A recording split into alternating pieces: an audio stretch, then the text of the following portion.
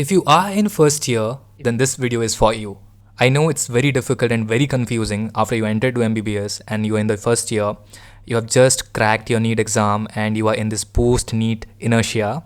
You are very much overwhelmed by the syllabus, which is humongous, and you have only 3 subjects, which is anatomy, physiology, biochemistry out of 19 subjects. But yes, these subjects are not easy, and as you are not acquainted to this huge syllabus, it will be feeling very devastating and overwhelming. So after watching this video till the end, you'll have cleared all the doubts that you have right now, and you'll be able to approach the first year in the very best way possible. It's like, but then you come across this thing. Yes, the pile of books, the mountain of books, and you have to overcome this.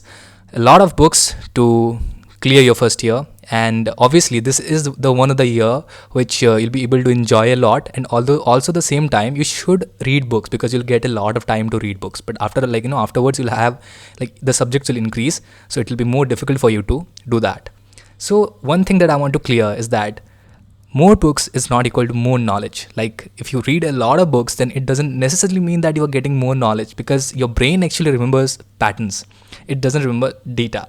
So that's why we should focus on actually choosing our resources very selectively, and we shouldn't worry and we shouldn't have any FOMO.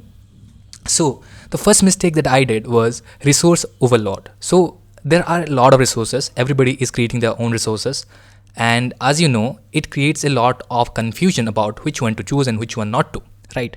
So I'll tell you the personalized thing, like what you should do according to you, right? So the first thing is that too many options always leads to analysis paralysis that we tell. So it won't help you because it will not give you the clarity. So why do you need clarity? Is like you can see this meme: the 7-year-old boy fractures the left hand, but the doctor casts plaster on the right hand.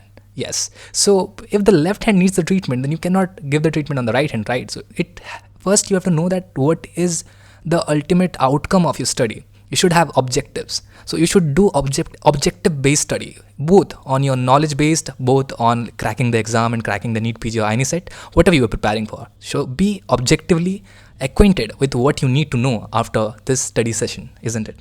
Then the proven study system that I think after studying for 3 years here is that you should always go for the video lectures first before the textbooks. I mean, yeah, it will sound really weird, I'll say, because everybody suggests reading textbooks, and I also personally tell you that you should read the textbook, but most students will not be able to read the textbooks. The reason being, it's so vast, and once you start getting into the textbook, it's so difficult to read 2-3 phases, and after that you're just confused because your brain doesn't get anything, and the attention span is also it has decreased, isn't it? So what you should do is, first if you do the video lectures, then your brain has a pattern, like it knows the headings and the subheadings and a bit of the concept, how they connect with each other. So your brain has a sequence and a pattern of that specific topic. Now you go back to the textbook, and when you read it, it becomes significantly easier for you to remember things, for you to look at things, for you to look at the patterns, how the knowledge is sequentially derived, and it will be a lot more easier if you do that. First go for the video lectures, then go to the textbooks, especially the standard textbooks, and that way you'll be cover both of that. Then after reading, it's not like that you can keep it aside and you think you know the things. No, you should do the Q banks, the question banks, to know where you're making the mistakes so that you can strengthen your concepts. Then also you should do active recall. I won't mention much about it in this video. If you need another video about active recall, then please comment in the section. Then you should also do spaced revision or repetition. You should all you all know these things because these things are very popular these days. So what kind of video lectures we should look into? So the thing is that, yes, there's a question people ask, you need to get an iPad or a laptop or something, and people are making videos about that as well. But the thing is that ultimately you need anything that you want to watch lectures on. So if you want to watch lectures, at least, right, then so you have a lot of platforms. I'll tell you personally what I did. Actually, at that time, the first year, we didn't have this Marrow prep letter. Nobody was buying that, right? Nowadays, they have their personalized plan for the first year itself, right? So what we used to do actually, we used to watch Ninja Nerd, Dr. Najib, Boards and Beyond, and Kaplan. So I'll say Boards and Beyond for physiology and biochemistry, and Kaplan for biochemistry. They were really good. And I did watch a lot of videos from Osmosis as well, and a lot of videos from Ninja Nerd. Ninja Nerd Physiology is like is goat level. You can go and you can very easily grasp all the concept. But yeah, it will take a little bit more time for you because the videos are long. But he always teaches in a diagrammatical manner, so it is easier for you to visualize and remember for long term. Then, so if you want, you can get Marrow also, because if you feel like you wanna have this fear of missing out and you want to solve Q banks and you want to be having a edge for the competitive exams, then yeah, you can surely get it.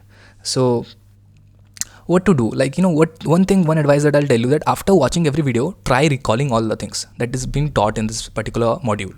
If you do that, then what will happen, that your brain will suddenly shift from passive learning to active learning, and that will be helpful for your neurons to make connections, and you'll be able to retain the stuff better. Then coming to the first and the most interesting subject of first year, that is anatomy, right? So I still remember when I went to the dissection hall and I look at the cadaver and I look at the skeleton, like it was so fascinating for me. Like I really felt like I have come to doing MBBS, and this is going to be fun. So this is one of the most enjoyable experience in your first year anatomy, and I'll tell you, please don't fear this subject.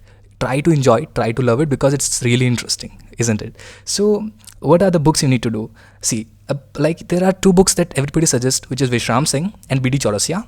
And these two books, actually you should follow, which is being followed in your college. If your college follows Vishram Singh, then you can go for it.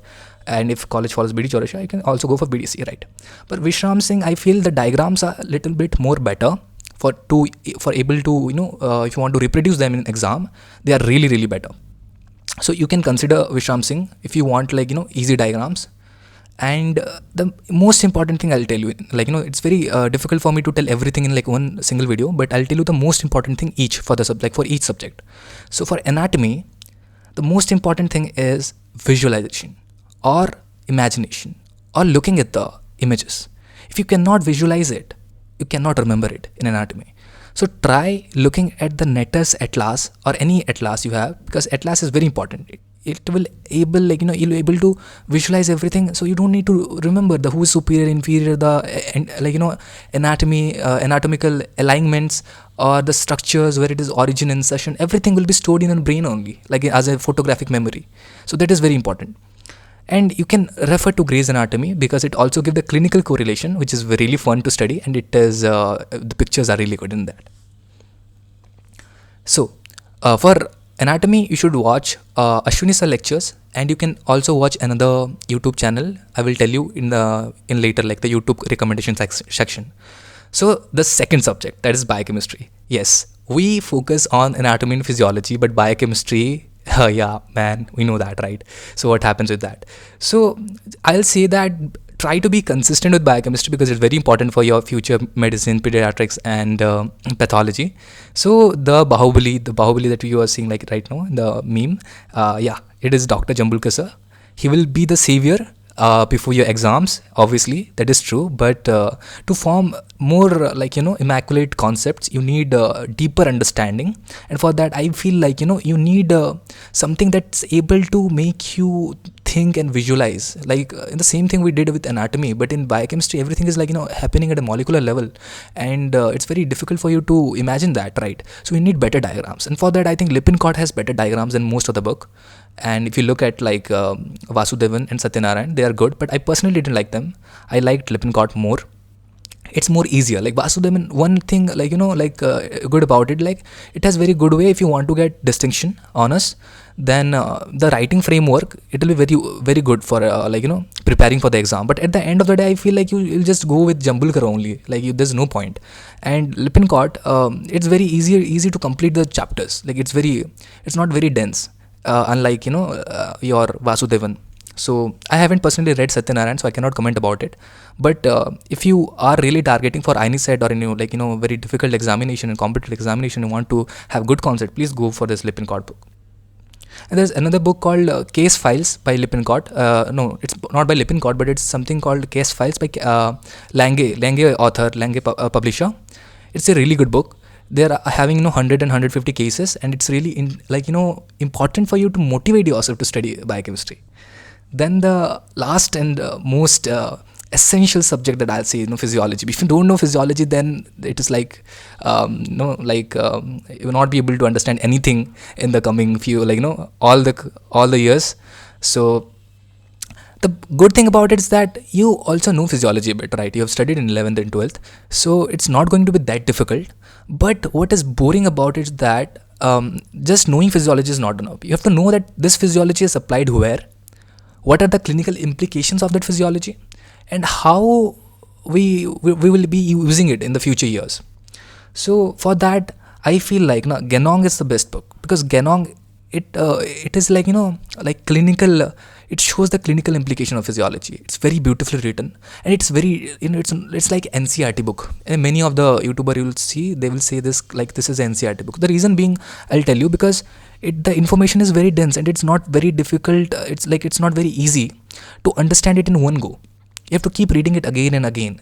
But if you read it, the concepts will be like super crystal clear. Guyton, unlike Genong, it's really vast. It's really vast, but it's not covering every detail. It's not covering clinical implication. But it is like, if you are like, it is very descriptive. It's like a storybook. And if you read the whole chapter, you will think like, yeah, I know everything.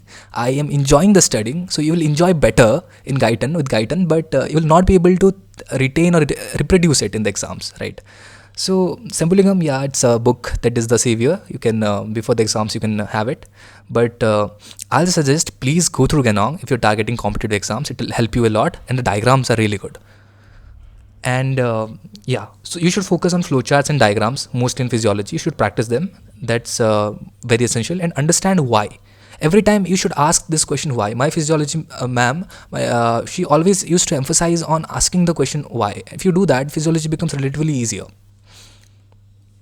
So what are the techniques that actually work? So yeah, you have to do this. Like, there are a lot of things, and people will complain that they're not able to remember everything. So I'll tell, don't go for new thing. Like have a specific time slot, or in the Sundays you can do that. Like you have a specific session of revision, like where you do active recall, spaced repetition, and interleaving. If you don't know about this thing, then tell me in the comments. I'll make specific video about it. The good YouTube channel that I have personally used in my first year was Johari MBBS and Dr. G Bhanu Prakash. So his videos of anatomy were really good. He's like, the one shot video you have there, section of one shot videos, like one shot abdomen, one shot thorax. You can watch it before the exams, and it will give you really good extra edge. Then there is Medicosis Perfectionalis. All of them you are written, you can check it. Like all of them are really good. Okay, but please follow the Osmosis and Ninja Nerd. They are really good for concept building, and for practicals, Dr. Waqas Khan from physiology, he's very good. And for dissection, Mitesh Dave sir is also really good. Okay, so the thing is that first thing you should understand that you have to study daily. Like you have to be consistent. You cannot be like, I'll study before the exam, otherwise you'll be overwhelmed. The syllabus is immense, right? So this year, yes, you can enjoy a lot, you can experiment a lot, you can give time to your hobbies, you can give time to your life, you can understand your life, you can understand who you are, everything you can do. But just have like 30 to 40 minutes at least every day you should put into studying. Then what are the things you should not do, which I felt like I did? The thing is that random topic jumping you shouldn't do. You should follow to a sequence, you should follow a plan, you should follow a system. Like for example, you're doing CVS, then when you are studying CVS, you should complete the CVS. Otherwise don't go with CNS only, because that gives you better clarity. Otherwise your brain will store this information, it will be difficult for you. I know that in most of the colleges, what they do, like they'll start two systems simultaneously, but when you are studying, try to stick to one, and that will be better, which I felt. And multiple apps and resources, you should avoid it. And diagrams, you should have a diagram copy. That is my secret of whatever I do, is like you should have a diagram copy, because before the prof exam, what matters is how you present it. And if you've already practiced the diagram, writing everything is a piece of cake, because you already read the notes of your platform, right? Marrow, Preparator, Ninja Nerd, whatever you are studying, you have the notes, right? So you just read the notes, and you have the diagram, you put the diagram, and you write whatever you want. Like you will be getting the marks. Okay, a very good marks, in fact. So this is it. So don't lose patience, I will say. The first year will test your patience. So you should focus on depth more than speed, and you should focus on consistency and system more than motivation. And don't think anyone is your enemy and you are in a race with anybody, you have to win. Nothing. Just enjoy and learn the true values of being a doctor. That's what I'll say. Trust your process and be patient with yourself. And obviously, if you're watching this channel, stay curious. Thank you.